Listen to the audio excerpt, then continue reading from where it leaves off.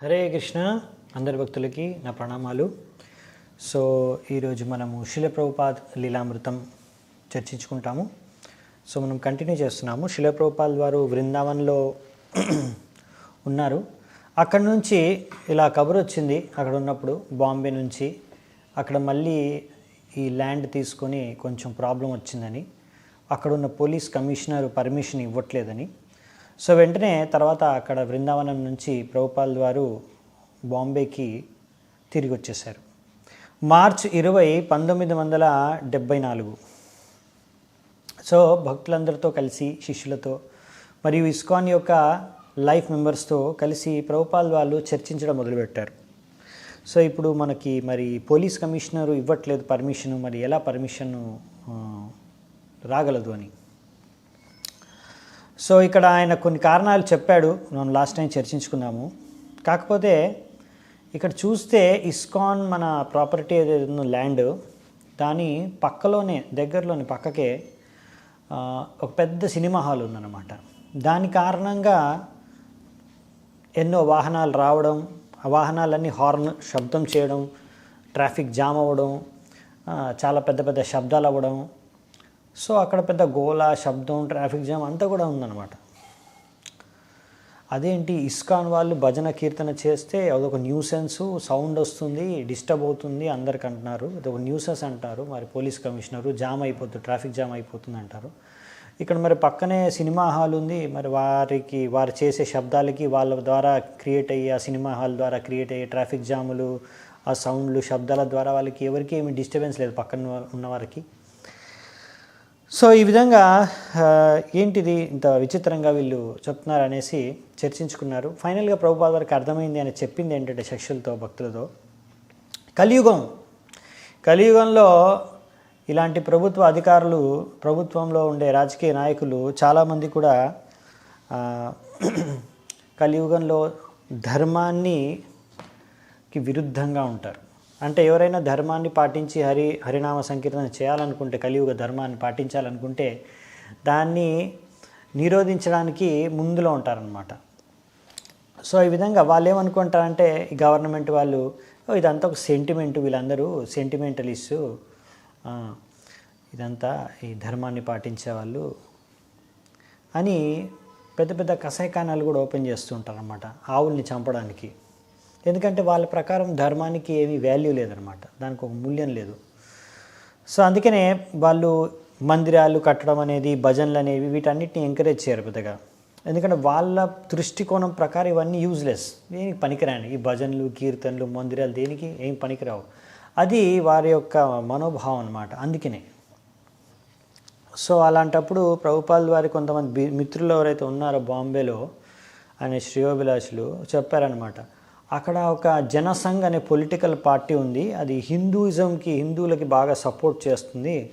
So ఆ political పార్టీతో మనము కనెక్ట్ చేసుకుంటే, ఆ కనెక్షన్ మనకు ఉంటే, కలిస్తే అప్పుడు మనకి హెల్ప్ అవుతుంది దీనికి. కానీ ప్రభుపాల్ వారు ఇలాంటి సందర్భంలో మనము ఏదో పొలిటికల్ పార్టీతో చేయగలపడానికన్నా బెస్ట్ ఏంటంటే మనకి ప్రచారం ఇంకా పెద్ద రేంజ్లో, పెద్ద పెద్ద మీటింగ్లు, పెద్ద పెద్ద హాళ్ళల్లో అరేంజ్ చేస్తే అక్కడ మనము రకరకాల టాపిక్స్ పెట్టి మనం అక్కడ ప్రవచనాలు ఇవ్వచ్చు. నేను వచ్చి అక్కడ ప్రవచనాలు ఇస్తాను. తద్వారా అందరికీ అర్థమయ్యే విధంగా మనము అక్కడ ఈ విషయాన్ని ఎక్స్ప్లెయిన్ చేయొచ్చు. మన సనాతన ధర్మం కానీ, హరినామ సంకీర్తన కానీ, మందిరం యొక్క ప్రయోజనం ఏంటి, ఇక్కడ ఎంత అవసరం మందిరం. సో ఈ విషయాన్ని మనము అక్కడ మీటింగ్స్, అలాంటి పెద్ద పెద్ద హాల్లో ప్రోగ్రామ్స్ చేసి అందులో ఒకరిని ప్రెసిడెంట్గా పెట్టి అలా అందరి దగ్గర ఒపీనియన్, సంతకాలు తీసుకోవచ్చు. ఇలా వాళ్ళకి ఎక్స్ప్లెయిన్ చేసి భగవద్గీతలో కూడా చెప్తున్నారు అనే విషయాన్ని మనం చెప్పొచ్చు. శాస్త్రాల్లో కూడా ఇచ్చారు ఈ విషయం. చతుర్విధ భజంతే మాం జనా సుకృతిను అర్జున అని అన్నారు కృష్ణుడు. అంటే సుకృతి ఎవరికైతే ఉందో వాళ్ళు మాత్రం ఈ భగవంతుడి దగ్గరికి వస్తారు. ఎవరైతే భగవంతుడి దగ్గరికి రారో కృష్ణుడు వాళ్ళని దుష్కృతిన అన్నారు. అంటే విరుద్ధం అన్నమాట. సుకృతి అంటే ఎవరైతే మంచి పుణ్యాలు చేస్తారో, మంచి కర్మలు చేస్తారో సుకృతి. అలాంటి సుకృతి ఉన్న వాళ్ళు మాత్రమే వస్తారు. అంటే ఎవరు భగవంతుడి దగ్గర రావట్లేదో వాళ్ళు దుష్కృతినే, అంటే వాళ్ళు పాపాలు చేస్తున్నారు. అలాంటి వారు రారు. సో ఈ విధంగా ఇప్పుడు ఈ విధంగా మనం అర్థం చేసుకోవచ్చు అని ప్రభుపాల్ వారు చెప్తూ, ఇలాంటి ఇప్పుడు కొంతమంది గవర్నమెంట్ అధికారులు, రాజకీయ నాయకులు ఈ భజన అంటే ఒక న్యూసెన్స్ అని అంటారు. కానీ కృష్ణుడు మాత్రం మనకి భజన చేయాలి అని చెప్పాడు భగవద్గీతలో. భజంతే మాం అన్నారు, నన్ను భజన చేస్తారు వీళ్ళందరూ ఎవరైతే పుణ్యాత్ములు ఉంటారో. సో ఈ విధంగా భగవద్గీతే మన అన్ని రకాల సమస్యలకి, భౌతిక సమస్యలకి కూడా పరిష్కార మార్గం. కానీ భారతదేశపు యొక్క భారతీయులు ఇప్పుడు దాన్ని స్వీకరించట్లేదు. ఇది సమస్య. దీన్ని మనం ఎక్స్ప్లెయిన్ చేయాలి. కావాలంటే మన శిష్యులు ఉన్నారు, చాలామంది విదేశాల నుంచి ఇక్కడ వచ్చారు. నా శిష్యులందరూ వాళ్ళు కూడా చెప్పొచ్చు, మేము విదేశీయులం, మేము కృష్ణుని స్వీకరించాము, మేము కృష్ణ భక్తి చేస్తున్నాము, మీ సంస్కృతిని మేము స్వీకరించి మేము ఆచరిస్తున్నాము, ఎందుకంటే దీనివల్ల మాకు ఎంతో మేలు జరిగింది, మాకు ఎంతో బాగా జరిగింది. సో మేము కీర్తన చేస్తున్నాము, ఎందుకంటే కృష్ణుడు చెప్పాడు కీర్తన చేస్తే నువ్వు అన్ని కల్మషాల నుంచి ముక్తుడు అయిపోతావని. సో మరి మీరందరూ కూడా కలిసి మాతో పాటు ఎందుకు కీర్తనలో పాల్గొనరాదు? సో మన శాస్త్రాలు, మీ శాస్త్రాలే చెప్తున్నాయి కాబట్టి మేము మీ శాస్త్రాలను అనుసరిస్తున్నాము. సో మీరందరూ ఎందుకు ఇంత నిర్లక్ష్యం చేస్తున్నారు? మీరందరూ చదువుకున్న వాళ్ళు, జెంటిల్మెన్. సో మీరందరూ కూడా, యువత అందరూ కూడా దీన్ని స్వీకరించాలి, గ్రహించాలి. ఇలా మనం ప్రచారం చేస్తే బాగుంటుందని ప్రభుపాల్ వారు అన్నారు. సో పొలిటికల్ పార్టీలతో మనకి కనెక్షన్లు ఏమొద్దు దీని గురించి. కానీ ప్రభుపాద్ వారు క్లియర్గా చెప్పారనమాట, అన్ని రకాలుగా అన్ని కోణాల నుంచి ఆలోచిస్తున్నారు. ఎలా మనం ఈ పోలీస్ కమిషనర్ నుంచి పర్మిషన్ రావడానికి ప్రయత్నించవచ్చు. ఒకవేళ అన్ని చేసినా అవ్వకపోతే, పోలీస్ పర్మిషన్ ఇవ్వకపోతే మనం పని చేయొచ్చు, ఒక పెద్ద హోటల్ కడదామని పర్మిషన్ తీసుకుందాం, పెద్ద హోటల్ కట్టేద్దామంట అనగానే తమిళ కృష్ణ మహారాజు మళ్ళీ దాని వెనకాల మనం ఒక టెంపుల్ కట్టుకోవచ్చు ప్రభుపాద్ అంటే, అవును అన్నారు ప్రభుపాల్ వారు. ఆ ప్లాన్ వేసారా అంటే ఎలాగైనా సరే, ఎందుకంటే మందిరానికి పర్మిషన్ ఇవ్వట్లేదు. సో కాబట్టి హోటల్ కట్టుకొని వెనకాల మందిరం కట్టుకోవచ్చు అనే ప్లాన్ వేశారు. అంటే ఏదైనా విధంగా మందిరం కట్టాలి అనే ప్రభుపాల్ వారి దృఢ సంకల్పం మనం ఇక్కడ చూడొచ్చు అనమాట. ఇలా ఎన్నో యుద్ధాలు, ఎన్నో కష్టాలు, ఎన్నో సమస్యలు వచ్చినా కానీ ప్రభుపాల్ వారు అన్నిటిని ఎదుర్కొంటూ ఆయన అన్నిటికీ అతీతంగానే చిన్మయ స్థలంలోనే ఉన్నారనమాట. అలాగే ఆయన డైలీ చేసే అన్ని ప్రచార కార్యక్రమాలు కానీ, ఆయన రెగ్యులర్ యాక్టివిటీస్ కానీ అన్నీ కూడా అలాగే యథావిధిగా నడుస్తున్నాయి. అక్కడ ఇస్కాన్ ల్యాండ్ మీద ఎన్నో బిల్డింగ్లు ఉన్నాయి. ఆ బిల్డింగ్లో చాలామంది రెంట్కు ఉంటున్నారు. సో అలా రెంట్కు ఉన్నా కానీ ఆ ప్లేసు, ఆ బిల్డింగ్లు మనకు చెందినవైనా, ఇస్కాన్ చెందినవైనా కానీ ఇప్పుడు అందులో అందరూ కూడా ఆల్రెడీ రెంట్కుంటున్నారు కాబట్టి ఏది ఖాళీ లేదు భక్తులు ఉండడానికి. ఫైనల్గా ఒక ఎవరో ఇల్లు ఖాళీ చేసి వెళ్ళిపోతే అక్కడ ఇంకా ప్రభుపాల్ వారు శిష్యుల చిన్న గది, అంటే 2 రూమ్లో కిచెన్, అంతే చిన్న ఇల్లు, ఆ ఫ్లాట్ రెడీ చేసేసి వెంటనే ప్రభుపాల్ వారు అక్కడికి షిఫ్ట్ అయిపోయారు. అక్కడే వరండాలో కూర్చొని మసాజ్ తీసుకునేవారు ప్రభుపాల్ వారు. అక్కడ నుంచి మొత్తం ఆ ఏరియా అంతా కూడా అబ్జర్వ్ చేసేవారు. ఎందుకంటే ప్రభుపాల్ వారు ఫైనల్గా ఇది మన ల్యాండ్లో ఉన్న మన బిల్డింగు, సో మన చోటు అని ప్రభుపాద్ వారు ఆనందంగా చిన్న ప్లేస్ అయినా అందులో ఉండేవాళ్ళు. ఇంకా అక్కడ చూసి ఇంకా ఎన్నో కొబ్బరి చెట్లు ఉన్నాయి, చాలా కొబ్బరి చెట్లను చూసి మంచి గాలులు వీస్తున్నాయి చూసి వరండా నుంచి ప్రభుపాద్ వారు ఇది ఒక స్వర్గంలా ఉంది, చాలా మంచి ప్లేసు. సో ఆ విధంగా ఒకరోజు అలా మసాజ్ తీసుకుంటున్నారు వరండాలో కూర్చొని. అప్పుడు ప్రభుపాల్ వారు అక్కడ గమనించారు, చాలామంది కొంతమంది వచ్చారు అక్కడ కాంట్రాక్టర్లు. వాళ్ళతో మాట్లాడుకుంది ఏంటంటే, భక్తులు అక్కడ కొబ్బరి చెట్ల నుంచి కొబ్బరికాయలు తీసుకెళ్ళి వాళ్ళు ఏదో ప్రైస్కి సెట్ చేసుకున్నారు, ఇన్ని కొబ్బరికాయలకి ఇంత ఇస్తామని. వాళ్ళు బయటికి వెళ్ళి అది అమ్ముకొని బిజినెస్ చేసుకుంటారు. సో కానీ వాళ్ళు వచ్చి కొబ్బరి చెట్ల నుంచి ఆకులు ఇంకా వేరే వేరే కూడా తీసుకొని వెళ్తున్నారు. సో ప్రభుపాల్ వారు వెంటనే చూసి అది అక్కడి నుంచి వరండా నుంచి పిలిచారు, తెగురు ఎక్కడున్నావు అంటే ఆయన ఇన్ఛార్జ్ అనమాట గ్రౌండ్కి. సో వెంటనే ఆయన పిలిచి ప్రభుపాల్ వారు, నేను కళ్ళు మూసుకొని కూర్చోలేను, ఇక్కడ మీకు కనిపించట్లేదా, వీళ్ళందరూ ఇవన్నీ తీసుకొని వెళ్ళిపోతున్నారు, మీరు కొబ్బరికాయలు అన్నారు, ఇంకా దాంతోపాటు ఎన్నో తీసుకెళ్తున్నారు, లెక్క చూస్తున్నారు, ఎవరైనా మోసపోకూడదు అని ఆయన హెచ్చరించారు. సో ఈ విధంగా ప్రభుపాల్ వారు జాగ్రత్తగా కాపాడుకోవాలని చెప్పారు. ఇంకా ప్రతిరోజు అక్కడ నుంచి బీచ్ దగ్గరలోనే బీచ్ ఉంది, అక్కడ మార్నింగ్ వాక్కి ప్రభుపాల్ వారు వెళ్ళేవారు. సో కొంతమంది భక్తులు శిష్యులు ప్రభుపాల్ వారితో పాటు జాయిన్ అయ్యేవారు మార్నింగ్ వాక్లో. అలాగే అక్కడ దగ్గరలో ఉన్న కొంతమంది వ్యక్తులు కూడా జాయిన్ అయ్యేవారు అనమాట మార్నింగ్ వాక్లో ప్రభుపాల్ వారితో పాటు. ఇంకా ప్రభుపాల్ వారు మార్నింగ్ వాక్లో ఉన్నప్పుడు నడిచేటప్పుడు ఆయన ఏవో ఒకటి మాట్లాడేవారు, కామెంట్ చేసేవారు. అంటే Krishna consciousness point of view నుంచి ఎలా చాలామంది రాజకీయ నాయకులు, ఇంకా చాలామంది ఆధ్యాత్మిక గురువులు భారతదేశంలో కూడా బోగస్, లేకపోతే వాళ్ళలో కొన్ని లోపాలు ఉన్నాయి, వాళ్ళు కరెక్ట్ కాదు అని చెప్తున్నారు. ఎప్పుడైతే వాళ్ళ యొక్క త్రుటి లోపాలని తీసి బయట పెడుతున్నారో, ఎందుకంటే వాళ్ళందరికీ కూడా చాలామందికి భగవద్గీతను బాగా అర్థం చేసుకోలేదు, ఎవరికి సరిగ్గా తెలియదు. కాబట్టి ఇలా చెప్పినప్పుడు వెంటనే అక్కడ కొంతమంది బయట వాళ్ళు కూడా ప్రభుపాల్ వారితో వాకింగ్కి వచ్చేవారు కొంతమంది డైలీ. వాళ్ళు విని కొంచెం డిస్టర్బ్ అయిపోయేవారు. డిస్టర్బ్ అయిపోయి ఏంటి ప్రభుపాల్ స్వామీజీ మీరు ఇట్లా అంటున్నారు, కాదు అని వాదించేవారు అనమాట. అంటే ప్రభుపాల్ వారు చెప్పింది కరెక్ట్ కాదని వాదించేవారు. అది చూసి, ఆ వాదన చూసి ప్రభుపాల్ వారి శిష్యులకి బాగా డిస్టర్బ్ అయిపోయారు. ఏంటి గురువు గారు చెప్తున్నారో ప్రభుపాల్ వారు, ఆయన్నే ఖండిస్తున్నారు, వీళ్ళు ఆయనతోనే వాదిస్తున్నారు, ఆయన చెప్పింది స్వీకరించాలి కదా అని శిష్యులు అనుకుంటున్నారు. సో ఒకరోజు ప్రభుపాల్ వారు ఒక ఫేమస్ హీరోని నిందించారనమాట. అప్పుడు వెంటనే ఒక డాక్టరు, అందులో నడుచుకుంటూ వెళ్ళే ఒక డాక్టరు, ఏంది ఇది, మీరేంటి ఎప్పుడు చూసినా కృష్ణుడు ఒక్కడే పరమసత్యం, కృష్ణుడు ఒక్కడే పరమసత్యం అని అంటున్నారు, ఆయన్నే పరమేశ్వరుడు భగవంతుడు ఇంకొకరు లేరంటున్నారు, కానీ పరమసత్యం ఏంటి, అన్నిట్లో ఉంది పరమసత్యం, అంతా ఒకటే అనేసి ఆయన అన్నీ ఒకటి, అన్నిట్లో పరమసత్యం ఉంది అనేసి ఆయన ప్రచారం చేయడం మొదలుపెట్టాడు, వాదించడం మొదలుపెట్టాడు ప్రభుపాల్ వారితో. అంటే అది మాయావాదం అన్నమాట. అది వినగానే భక్తులందరికీ బాగా కోపం వచ్చేసింది. వాళ్ళకి అసలు ఎలాగో అలా కంట్రోల్ చేసుకున్నారు. ప్రభుపాల్ వారు మాత్రం వాళ్ళతో ఫ్రెండ్స్గా చక్కగా మాట్లాడుతున్నారు, వాళ్ళకి ఎక్స్ప్లెయిన్ చేయడానికి ప్రయత్నిస్తున్నారు.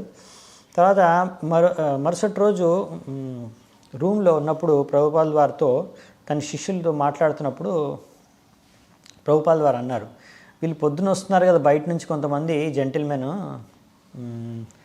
నడుచుకుంటూ మార్నింగ్ వాక్ మనతో పాటు వాదిస్తున్నారు కూడా, వీళ్ళు చాలామంది మాయావాదులు, వీళ్ళు అందుకనే బాధిస్తున్నారు.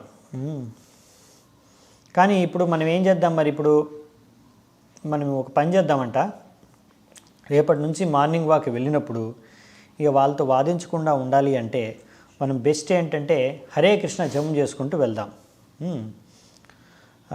ఒకవేళ వాళ్ళు మాట్లాడాలనుకున్నా కానీ మనము చెప్తాం, మేము ఇప్పుడు ఓన్లీ జపం చేస్తాము అని జపం చేసుకుంటూ వెళ్ళిపోదాం. ఒకవేళ వాళ్ళు కూడా కావాలనుకుంటే మనతో పాటు నడుచుకుంటూ రావచ్చు, మనం మాత్రం జపం చేసుకుంటూ వెళ్దామంట.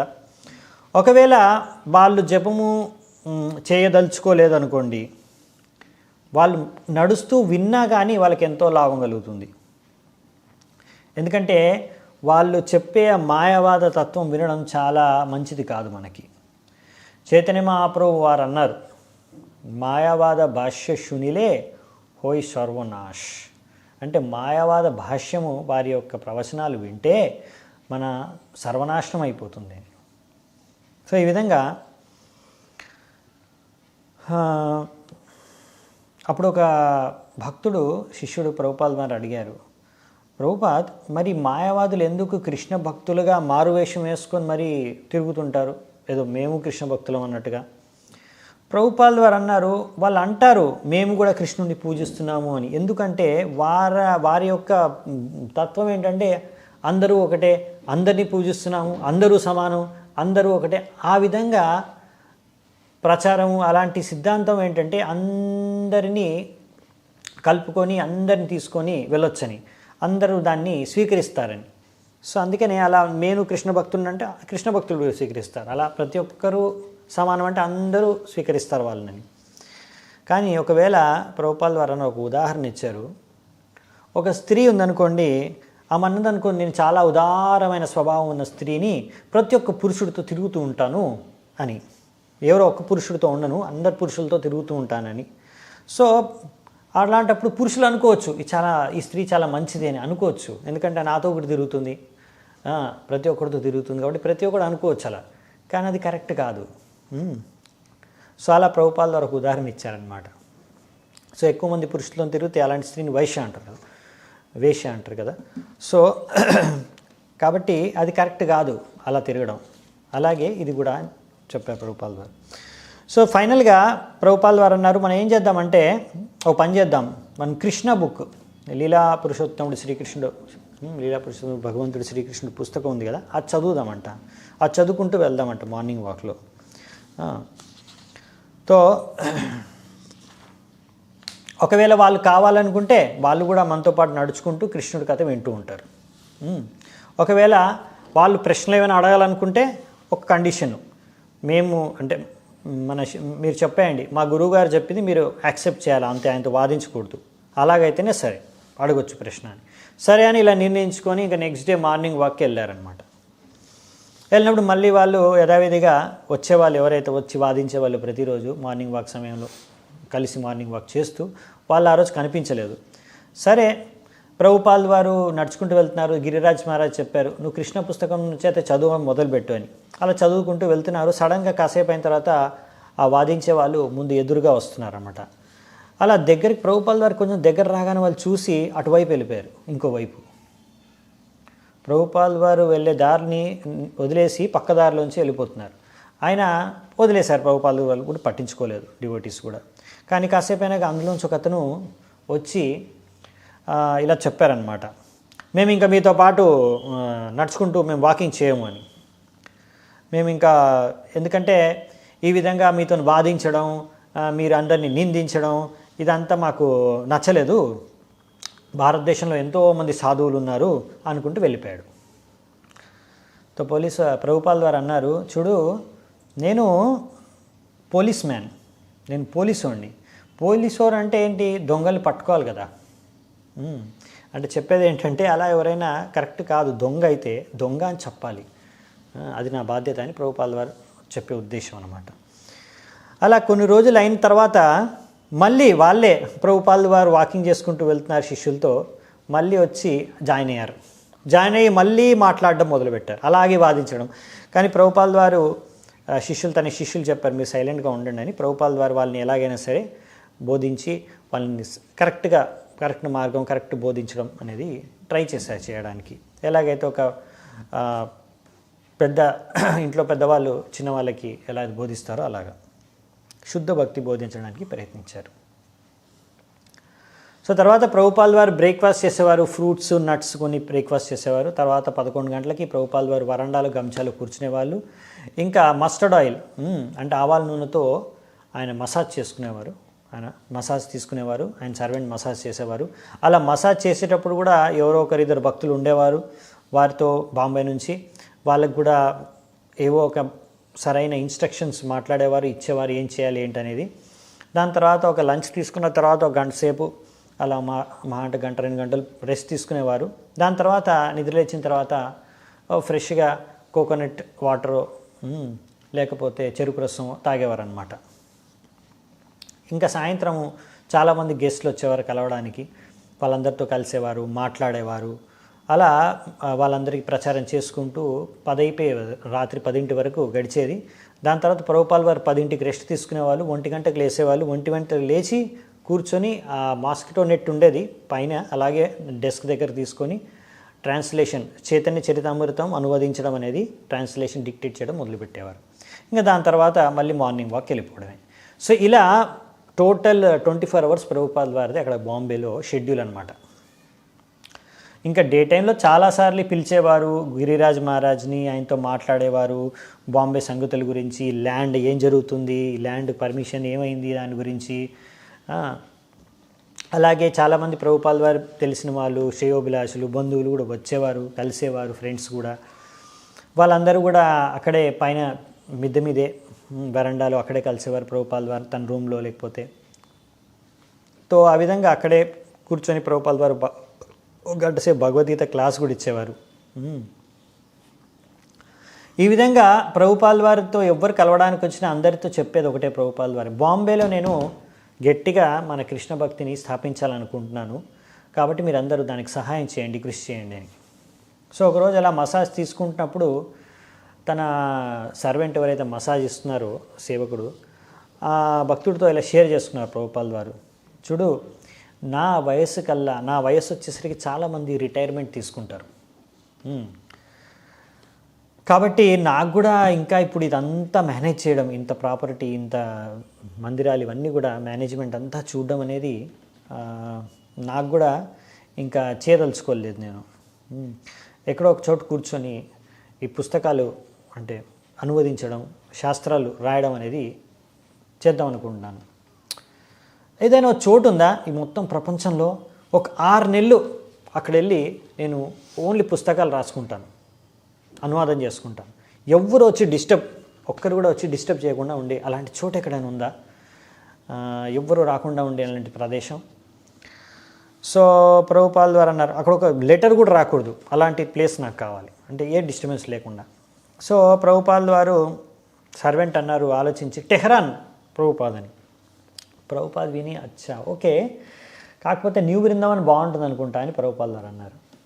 తర్వాత ప్రభుపాల్ వారు అన్నారు, ఒక ఉదాహరణ చెప్పారు. ఆయన పరిస్థితి ఎలా ఉందంటే, ఇప్పుడు మహాత్మా గాంధీ కూడా ఆయనకి పడుకోవడానికి కూడా వెళ్ళినప్పుడు పడుకున్న సమయంలో కూడా ఎవరో ఒకరు వచ్చి డిస్టర్బ్ చేసేవారు, ఇది కావాలి, అది కావాలి, ఇది అది అని. సో ఆ విధంగా ఆయన ఎక్కడైనా దాక్కొని వెళ్ళినా ఎవరో ఒకరికి ఆయన దగ్గర చేరుకునేవారంట. సో ఈ విధంగా ప్రభుపాల్ వారు అంటే చెప్పేది ఏంటంటే, ఆయన కొంచెం ఫోకస్డ్గా బుక్స్ రాద్దాం అనుకుంటున్నారు, అది కుదరట్లేదని ప్రభుపాల్ వారి విధంగా. సో నెక్స్ట్ డే భగవాన్ ప్రభు ప్యారిస్ నుంచి ఇన్విటేషన్ పంపించారు ప్రభుపాల్ వారికి. ప్రభుపాద్ మీరు రండి, యూరోప్లో చాలా మందిరాలు ఇప్పుడు డెవలప్ అయ్యాయి, చాలా డెవలప్మెంట్ జరిగాయి, ఇక్కడ మీరు ఒకసారి వచ్చి అన్నిటిని సందర్శించాల్సిందే, రావాల్సిందే అని. సో వెంటనే ప్రభుపాల్ వారు ఆ ఇన్విటేషన్ చూసి ఓకే నేను వస్తున్నాను అని ఒప్పేసుకున్నారు, డిసైడ్ అయిపోయారు. అప్పుడు వెంటనే ఆయన సర్వెంట్ ప్రభుపాద్ మీరు పొద్దునేమో నేను ప్రశాంతంగా ఏకాంతంగా ఒక 6 నెలల పాటు ఎక్కడో వెళ్ళిపోతానని నిశ్చయించుకున్నారు, ఇప్పుడేమో వెంటనే ప్యారిస్కి వెళ్తానంటున్నారు మళ్ళీ ఇన్విటేషన్ రాగానంటే. ప్రభుపాద్ నవ్వుతూ అది జన్మలో సంభవం కాదు, ఎందుకంటే అది ఇప్పుడు అది కుదరదు, దానికన్నా బెస్ట్ ఏంటంటే ఇప్పుడున్న పరిస్థితుల్లో నేను ప్రచారం కోసం భ్రమణ చేస్తూ మొత్తం విశ్వవ్యాప్తంగా ప్రచారం చేస్తూ దానికోసం తిరుగుతూ ఎక్కడో చనిపోవడం బెస్ట్. ఎందుకంటే ఒక సైనికుడికి యుద్ధ భూమిలో యుద్ధం చేస్తూ చనిపోవడమే ప్రశంసనీయం. అలాగే నాకు కూడా అలా ప్రచారం చేస్తూ చనిపోవడమే, భగవద్ధామానికి వెళ్ళిపోవడమే బెస్ట్ అని ప్రభుపాల్ వారు చెప్తారన్నమాట. సో ప్రభుపాల్ వారు ప్రతి సంవత్సరం ఇలా మొత్తం దేశ విదేశాలు మొత్తం ఒక ప్రపంచమంతా ఒక చుట్టేసి వచ్చేయడం అనమాట. 1-2 సార్లు రౌండ్ వేసి రావడం అనేది ఇంకా ఆయన షెడ్యూల్లో వచ్చేసింది అది. ఈ విధంగా అప్పుడు ప్రభుపాల్ వారు అనేవారు తన గురువు గారి గురించి చెప్తూ, హిందువులు మన సముద్రం, భారతదేశం తర్వాత సముద్రం దాటి విదేశాలకి వెళ్ళకూడదు, పాశ్చాత్య దేశాలకు వెళ్ళకూడదు అని మన శాస్త్రాల్లో రాశారు. కానీ మీరెందుకు పంపిస్తున్నారని మా గురువుగారిని అడిగినప్పుడు అప్పుడు విషయం ఏంటంటే, అలా చెప్పేది ఏంటంటే, జవాబు ఏంటంటే, బయటికి పాశ్చాత్య దేశానికి హిందువులని అంటే సముద్రాలు దాటి ఎందుకు వెళ్ళొద్దన్నారంటే, వాళ్ళు అక్కడికి వెళ్ళి అక్కడ ఉండే మిలైచ్చల యవ్వనుల వాళ్ళ యొక్క సంస్కారం అంతా పాపయుక్తమైన జీవితాన్ని దాని ద్వారా ప్రభావితం కాకుండా, అందులో పోకుండా అలాంటి అలవాట్లన్నీ తెచ్చుకోకుండా ఉండడానికి వద్దన్నారన్నమాట. కాకపోతే ప్రభుపాల్ ద్వారా అన్నారు, అలాగే నేను కూడా చిన్నతనంలో ఉన్నప్పుడు మా ఒక అంకులు మా ఫాదర్తో అన్నారు,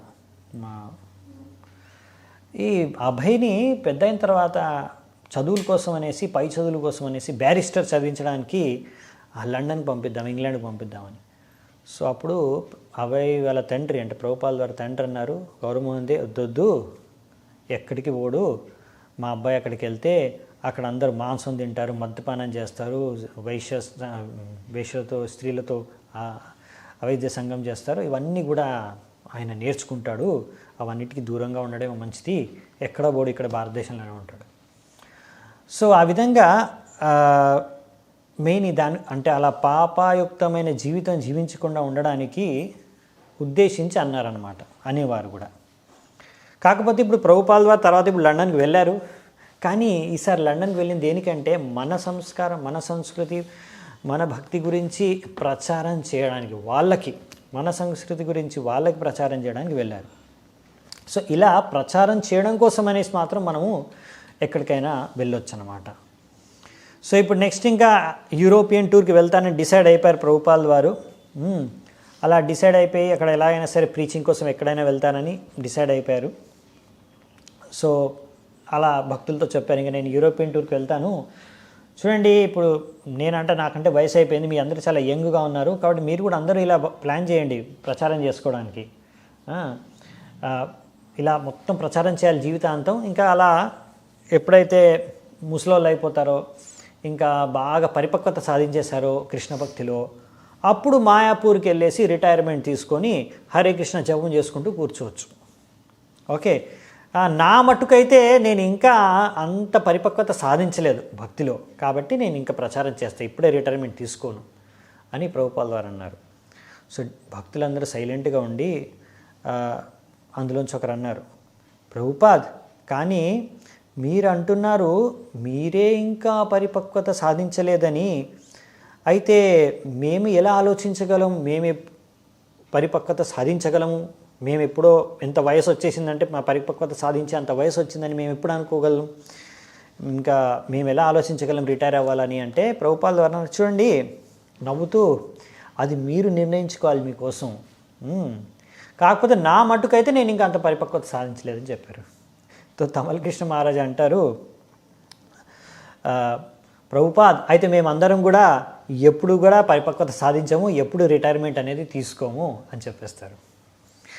నెక్స్ట్ ఏప్రిల్ 18వ తారీఖు, ఇప్పుడు యూరోప్ వెళ్ళకన్నా ముందు ప్రభుపాల్ వారికి ఇంకొక లెటర్ వస్తుంది, ఇన్విటేషను సౌత్ ఇండియా నుంచి, దక్షిణ భారతంలో ఉన్న హైదరాబాద్ నుంచి ఆయనకు ఒక ఇన్విటేషన్ వస్తుంది. అక్కడ 3 రోజుల పండాల్ ప్రోగ్రాం ఉంది, దానికి పిలుపు వస్తుంది. సో వెంటనే ప్రభుపాల్ వారు దానికి అంగీకరించి బయలుదేరుతారు. ఎయిర్పోర్ట్కి వెళ్ళగానే అక్కడ కొంతమంది రిపోర్టర్స్ వచ్చేసి వెంటనే అడుగుతారు, ఇప్పుడే ప్రెస్ కాన్ఫరెన్స్ చేద్దామని. ప్రభుపాల్ వారు అంగీకరిస్తారు. అందులో ఒక రిపోర్టరు వెంటనే ఒక ప్రశ్న అడుగుతారు, కొంచెం తత్వానికి సంబంధించిన ప్రశ్న అడుగుతారు ప్రభుపాల్ వారికి. ప్రభుపాల్ వారు అడుగుతారు, మీరు బోధించేది అద్వైతవాదమా ద్వైతవాదమా అని. సో ప్రభుపాల్ ద్వారా ప్రశ్న వినగానే ఒక విషయం గురించి ఆలోచించారు. ఇక్కడ దక్షిణ భారతంలో ద్వైతవాదం అద్వైతవాదం రెండింటిని అనుసరించే చాలామంది వ్యక్తులు ఉన్నారు. ఇప్పుడు వైష్ణవులు ద్వైతవాదం, శైవైట్లు శివభక్తులు అద్వైతవాదాన్ని అనుసరిస్తూ దీనికి సంబంధించి ఎన్నో వాద్వివాదాలు గొడవలు వారిద్దరి మధ్యలో జరిగాయి, ఈ 2 పక్షాల మధ్యలో. సో ప్రభుపాల్ వారు అంటున్నారు, కాబట్టి ఇలాంటి గొడవలకి దారి తీసే ప్రశ్నకి ఇప్పుడు రిపోర్టర్కి సమాధానం ఎలా ఇస్తే బాగుంటుందని ఆలోచించి ఒక మాట అన్నారు ప్రభుపాల్ వారు, ఈ వాదాలు తత్వవాదాల గురించి ఇప్పుడు చర్చించుకొని ప్రయోజనం ఏంటి, ఎవరైనా సరే వాళ్ళు ద్వైతవాదాన్ని అనుసరించండి, అద్వైతవాదాన్ని అనుసరించండి, కానీ కృష్ణుడు చెప్పినట్టుగా భగవద్గీతలో అన్నాద్ భవంతి భూతాని అంటే అన్నం అనేది అందరికీ కావాలి. నువ్వు ద్వైతవాదం పాటించు, అద్వైతవాదం పాటించు, తినేది మాత్రం అన్నమే కదా. అన్నం ఎక్కడి నుంచి వస్తుంది, బియ్యం ఎక్కడి నుంచి వస్తుంది, బియ్యం నుంచి అన్నం చేసుకుంటాం. బియ్యం ఎక్కడి నుంచి వస్తుంది, బియ్యం ఎక్కడి నుంచి వస్తుంది అంటే పంటలు పండితే బియ్యం వస్తుంది. పంటలు ఎలా పండుతాయి, పంటలు ఎలా పండుతాయి అంటే వాన పడితే పంటలు పండుతాయి. సో వానలు ఎక్కడి నుంచి వస్తాయి, వానలు ఎలా పడతాయి అంటే యజ్ఞం చేస్తే వాన పడుతుంది అన్నమాట. సో కాబట్టి మనకి యజ్ఞం చేయడం ఇంపార్టెంటు. దానికోసం మనుషుల్ని సమాజంలో వర్ణాశ్రమ ధర్మం ప్రకారం 4 వర్ణాలుగా విభజన చేయడం ఇంపార్టెంట్. ఇది ఇంపార్టెంట్. దీని ద్వారా యజ్ఞం చేయడం ద్వారా, సంకీర్తన యజ్ఞం చేయడం ద్వారా వర్షాలు వస్తాయి, అన్నం ఉంటుంది. కాబట్టి ముఖ్యమైన విషయం చర్చించుకోవాల్సింది ఇది, సంకీర్తన యజ్ఞం అని ప్రభుపాల్ ద్వారా అలా ఆన్సర్ ఇచ్చారనమాట ఆ రిపోర్టర్కి. సో నెక్స్ట్ ప్రభుపాల్ వారి సెక్రటరీ ఇంకా భగవాన్ ప్రభు ప్యారిస్ నుంచి ఇన్విటేషన్ పంపారు కదా, ఆయనకి అప్డేట్ చేస్తున్నారు ప్రభుపాల్ వారు మేము ఎక్కడ ఉన్నాము, షెడ్యూల్ ఏంటి. సో ఇప్పుడు ప్రస్తుతం ప్రభుపాల్ వారు ఇక్కడ ఉంటారు, సో మీరు కాంటాక్ట్ చేయాలనుకుంటే ఏప్రిల్ 29-30 వరకు ఈ అడ్రస్లో ఉంటారు, తర్వాత బాంబేకి తిరిగి వెళ్ళిపోతారని చెప్తారు. ఇంకా అంతేకాకుండా ఇక్కడ మేము 3 రోజుల పెండల్ ఫెస్టివల్ జరిగింది హైదరాబాద్లో, చాలా బాగా జరిగింది. అలాంటి ఫెస్టివల్ అక్కడ కూడా మీరు చేయాలంటే చేయొచ్చు. ఇక్కడ ఒక 1000 మంది వచ్చారు లాస్ట్ నైటు, మొత్తం లెక్చర్ అంతా విన్నారు బాగా. అంతేకాకుండా ప్రభుపాల్ వారి దగ్గరకు వచ్చి అందరు ఆశీర్వాదం కూడా తీసుకున్నారు.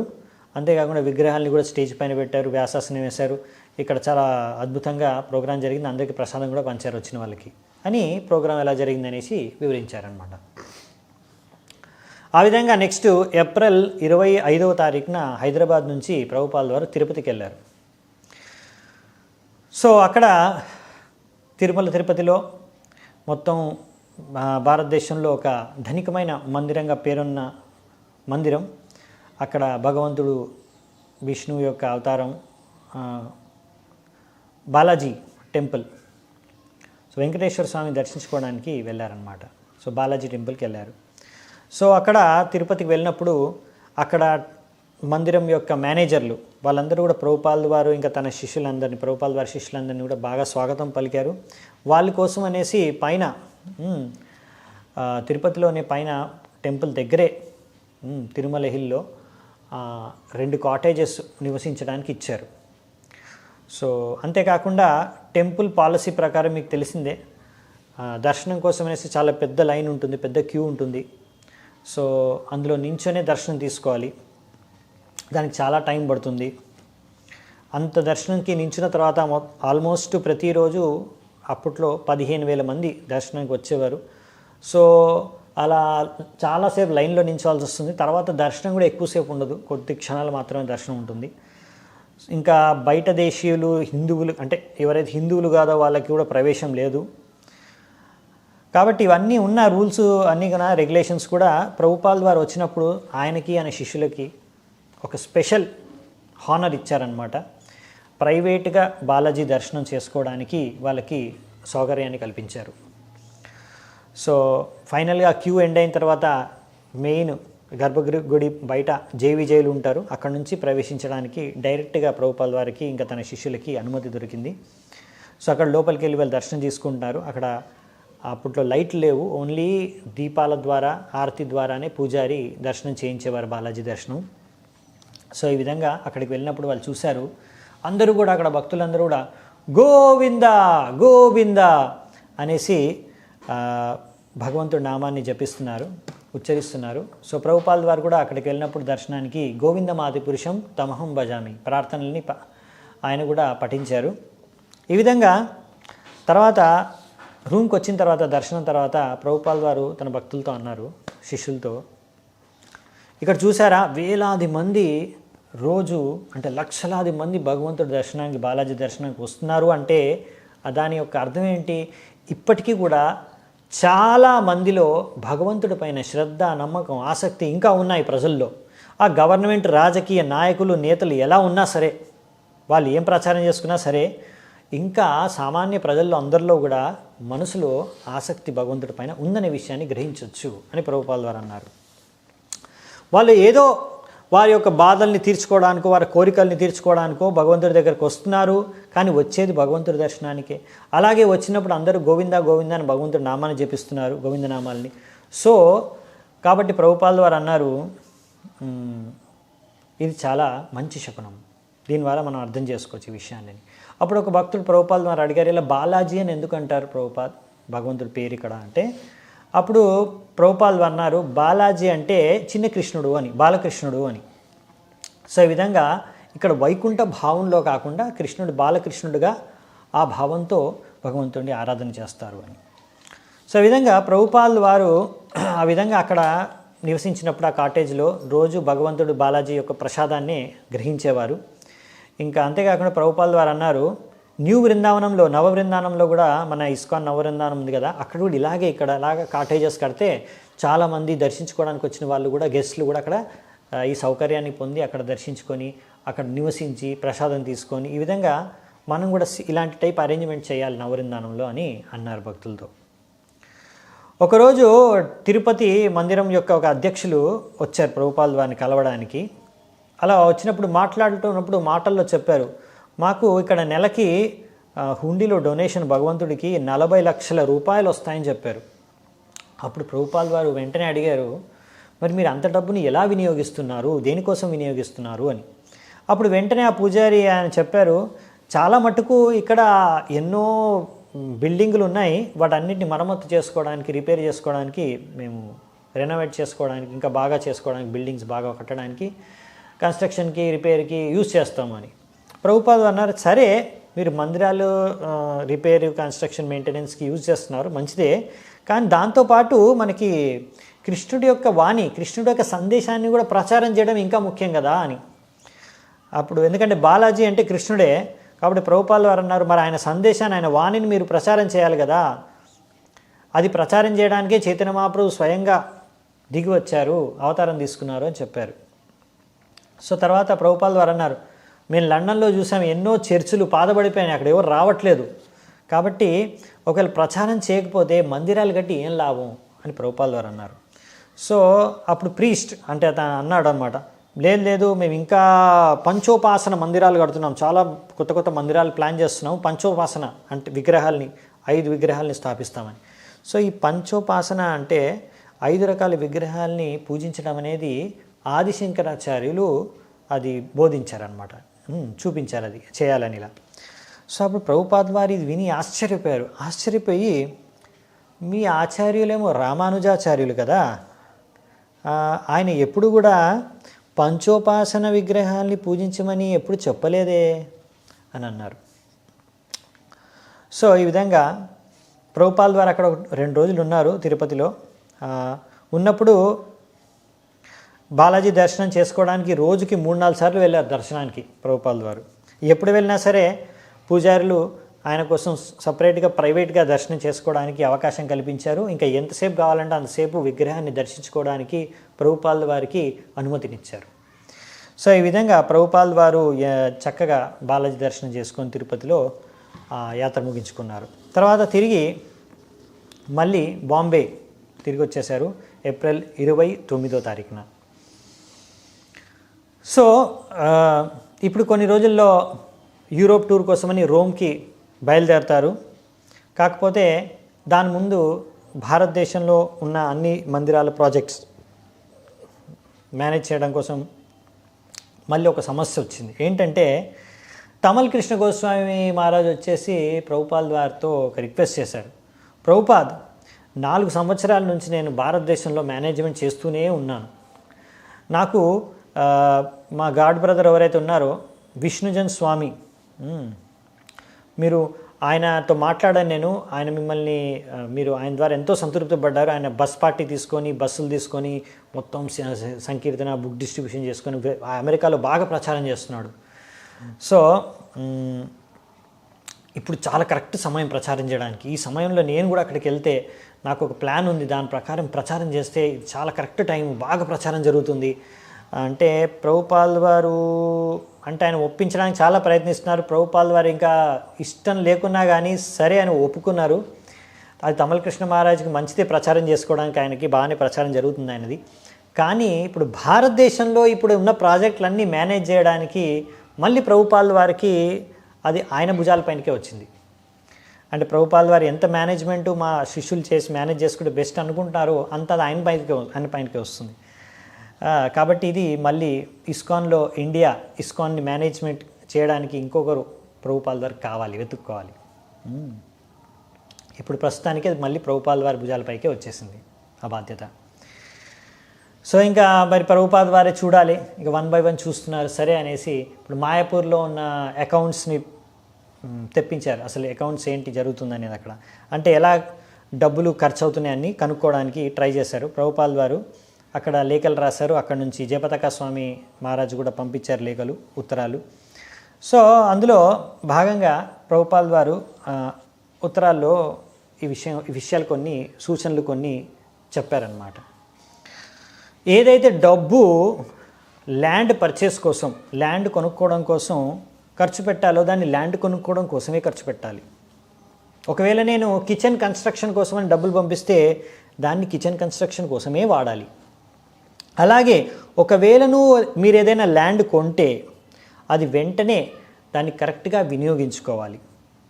ఒకవేళ మీరు అక్కడ వ్యవసాయం చేసి బియ్యం ఇంకా రకరకాల సబ్జీస్ కూరగాయలు అన్నీ పండించుకుంటే అప్పుడు మరి మీ మెయింటెనెన్స్ కోసం అక్కడ ఉన్న వాళ్ళందరి మెయింటెనెన్స్ కోసం ఇంకా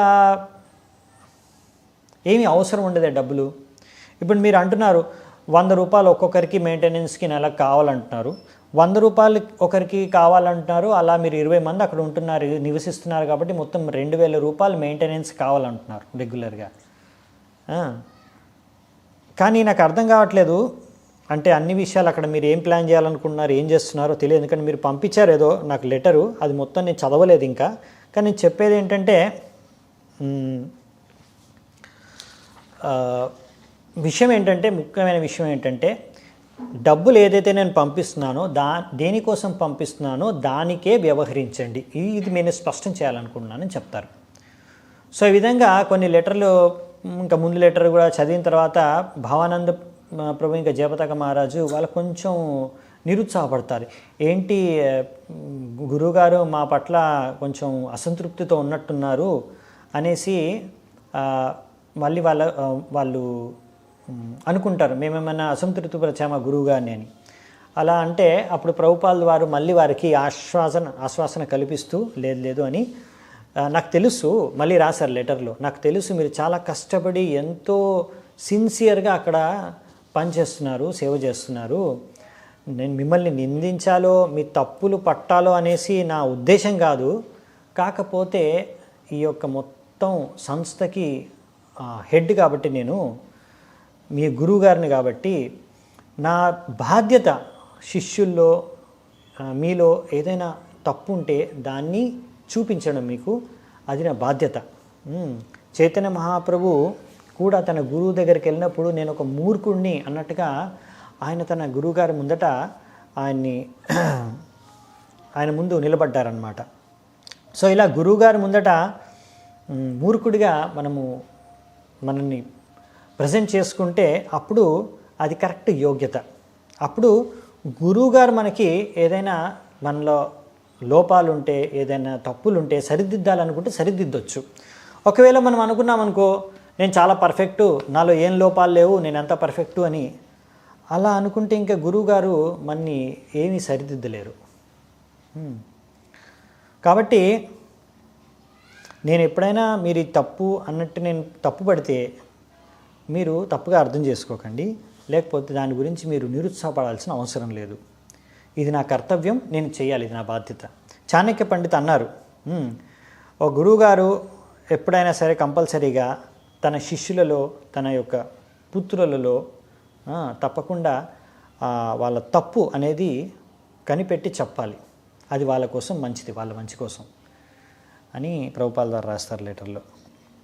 ఇంకా దాని తర్వాత ప్రభుపాల్ వారు వృందావన్ అకౌంట్స్, అక్కడ ఫైనాన్సెస్ ఎలా ఖర్చులు జరుగుతున్నాయో చూద్దామనేసి అక్కడ చూడడానికి అక్కడిది వెరిఫై చేస్తున్నారు. అక్కడ గురుదాస్ ప్రభు ప్రెసిడెంట్, తేజస్ ప్రభు ఢిల్లీ నుంచి ఆయన కూడా సూపర్వైజ్ చేస్తుంటారు ఖర్చులు అని ఎలా జరుగుతున్నాయని. ఇప్పుడు రీసెంట్గా తేజస్ ప్రభు ఒక రిక్వెస్ట్ పంపించారు, అంటే ఇన్ని ఖర్చులకి ఇంటి డబ్బులు చెక్స్ కావాలని, చెక్కులు పంపించమని. సో ప్రభుపాల్ వారు రిప్లై చేస్తూ, నువ్వు అడిగినవన్నిటి చెక్కులు నేను పంపిస్తున్నాను, ఒక్క చెక్ పంపించట్లేదు. అదేంటంటే 3000 రూపాయల చెక్కు నువ్వు భగవంతుడి యొక్క వస్త్రాలు కుట్టడానికి ఒక టైలర్, ఆ టైలర్ పేరు కూడా ఇచ్చారు, లలిత్ ప్రసాద్ అనే టైలర్ వృందావన్లో, ఆయనకు 3000 రూపాయలు నువ్వు పే చేస్తున్నావు భగవంతుడి వస్త్రాలు కుట్టడానికి. కానీ ఈ వస్త్రాలకు కావాల్సిన డబ్బుల్ని సేకరించడానికి బాధ్యత గురుదాస్ ఇంకా యమునా మాతాజీది, గురుదాస్ ప్రభు ఇంకా యమునా మాతాజీది. కానీ ఇలా కన్స్ట్రక్షన్ డబ్బుల నుంచి నేను కన్స్ట్రక్షన్ కోసం పంపిస్తున్నాను, ఈ డబ్బులు దానికోసం వినియోగించకూడదు, ఇది నా యొక్క విన్నపం. అంతేకాకుండా ఇంకో విషయం ఏంటంటే, నేను నా రిక్వెస్ట్ ఏంటంటే, నా అడ్వైస్, నా సూచన ఏంటంటే, గురుదాస్ ప్రభు ఇలా టైలర్ కోసం ఇంత డబ్బు ఆయనకి కుట్టించడానికి ఇవ్వకుండా అదేదో భక్తులే కుట్టుకుంటే భగవంతుడు వస్త్రాలు చాలా మంచిదని నేను అనుకుంటాను, అది నా సూచన అని ప్రభుపాల్ వారు వాళ్ళకి చెప్తారన్నమాట. అంతేకాకుండా ప్రభుపాల్ వారు ఇంకోటి చూస్తారు, నువ్వు పంపించిన ఈ అకౌంట్స్లో ఒక కరెక్షన్ అవసరం ఉంది, ఇందులో ఏదో కొంచెం తప్పు ఉంది. అదేంటంటే, నా చెక్ బుక్ ప్రకారం నేను లాస్ట్ చెక్ రాశాను 17,600 రూపాయలది ఉంది. దాని తర్వాత బ్యాలెన్సు 18,745 రూపాయలు చిల్లర ఉంటుంది. కానీ నువ్వేమో ₹1,00,000 అని రాస్తున్నావు. మరి ఇక్కడ ఇంత డిఫరెన్స్ ఎందుకు ఉంది, ఇంత తేడా ఎందుకు ఉంది? కాబట్టి నాకు మొత్తం అకౌంట్స్ మొత్తం కంప్లీట్ స్టేట్మెంట్ అంతా, అంటే ఎక్కడి నుంచి వచ్చే డబ్బులు ఎక్కడి నుంచి వెళ్ళిపోయి ఆ స్టేట్మెంట్ మొత్తం కావాలి, పంపించని ఆయనకు రాస్తారు. ఏవో తేడాలు ఉన్నాయని లెక్కల్లో. సో ఈ విధంగా వెంటనే గురుదాస్ ప్రభు ఇంకా తేజస్ ప్రభు వెంటనే ప్రభుపాల్ వారికి తిరిగి ఉత్తరం రాస్తారు. ఆయనకి ఆశ్వాసన ఇస్తారు. ఈ సంవత్సరం తప్పకుండా జూలై మాసంలో కృష్ణ బలరాం మందిరం ఉద్బోధన జరుగుతుంది, రెడీ అయిపోతుంది అని. సో ప్రభుపాల్ వారు అప్పుడు సరే అనేసి చాలా ఆనందంతో, నేను స్వయంగా ఇన్విటేషన్ కార్డులన్నీ కూడా నేను సొంతంగా డిజైన్ చేసి ప్రింట్ చేయడానికి మీకు పంపిస్తున్న డిజైను, ఇలాగే మీరు ప్రింట్ చేసి ముఖ్యమైన వాళ్ళకి ఇన్విటేషన్ ఇచ్చి వాళ్ళని ఇన్వైట్ చేయండి అనేసి ఆ ఇన్విటేషన్ లెటర్ ఫార్మాట్ కూడా ప్రభుపాల్ ద్వారా పంపిస్తారు. The founder Acharya and the members of international society for Krishna consciousness, వీళ్ళందరూ కూడా, అంటే మేమందరం కూడా మిమ్మల్ని కోరుకునేది ఏంటంటే, మీరు మీ యొక్క సతీమణితో సహా మిస్టర్ అండ్ మిసెస్ మీరిద్దరూ కలిసి కృష్ణ బలరాం మందిరం ఉద్బోధన ప్రాణప్రతిష్ఠ, విగ్రహాల ప్రాణప్రతిష్ఠ జరగబోతుంది. ఆగస్టు 8 నుంచి 10వ తారీఖు వరకు మీరందరూ విచ్చేసి, అంతేకాకుండా ప్రసాదం కూడా స్వీకరించాలి. గురుదాస్ అధికారి లోకల్ ప్రెసిడెంటు, ఏసీ భక్తివేదాంత స్వామి ఫౌండర్ ఆచార్య, సురభీదాస్ అధికారి సెక్రటరీ, ఇలా మీరు ఇన్విటేషన్లో ఇది రైటప్ అని పంపిస్తారు. ఇంకా 3 మాసాలే మిగిలిందనమాట. ఇప్పుడు ఏప్రిల్ అయిపోయి వచ్చింది, మే, జూన్, జూలై. సో ప్రభుపాల్ వారి ప్లాన్ ఏంటంటే, ఇలా ఇప్పుడు 3 మాసాల టూర్కి వెళ్ళి, యూరోపియన్ టూర్కి వెళ్ళి, తర్వాత ఈ యొక్క జూలై మాసంలో తిరిగి ఇక్కడికి వచ్చి టెంపుల్ ఓపెనింగ్, కృష్ణ బలరాం మందిరం టెంపుల్ ఓపెనింగ్కి తిరిగి రావాలని బృందావనానికి. సో అప్పటి వరకు కావాల్సిన ఫండ్స్ కూడా ఢిల్లీ నుంచి బృందావనానికి ట్రాన్స్ఫర్ చేయడానికి పర్మిషన్ ఇచ్చేసి ఇప్పుడు యూరోపియన్ టూర్కి బయలుదేరిపోతారు. సో దీంతో ఈ అధ్యాయం ముగుస్తుంది. సో నెక్స్ట్ అధ్యాయం మనం తర్వాత మరి యూరోపియన్ టూర్కి వెళ్ళిన తర్వాత అక్కడ ఏం జరుగుతుంది తర్వాత అన్నీ కూడా విషయాలు మనము నెక్స్ట్ ఎపిసోడ్లో చూద్దామంట. సో మీ అందరూ ఎంతో ఓపికగా విన్నందుకు చాలా చాలా ధన్యవాదాలు. Thank you so much. శిల ప్రభుపాద్ కీ జై, శిల ప్రభుపాద్ లీలామృతం కీ జై, సమవేత భక్తవృంద కీ జై.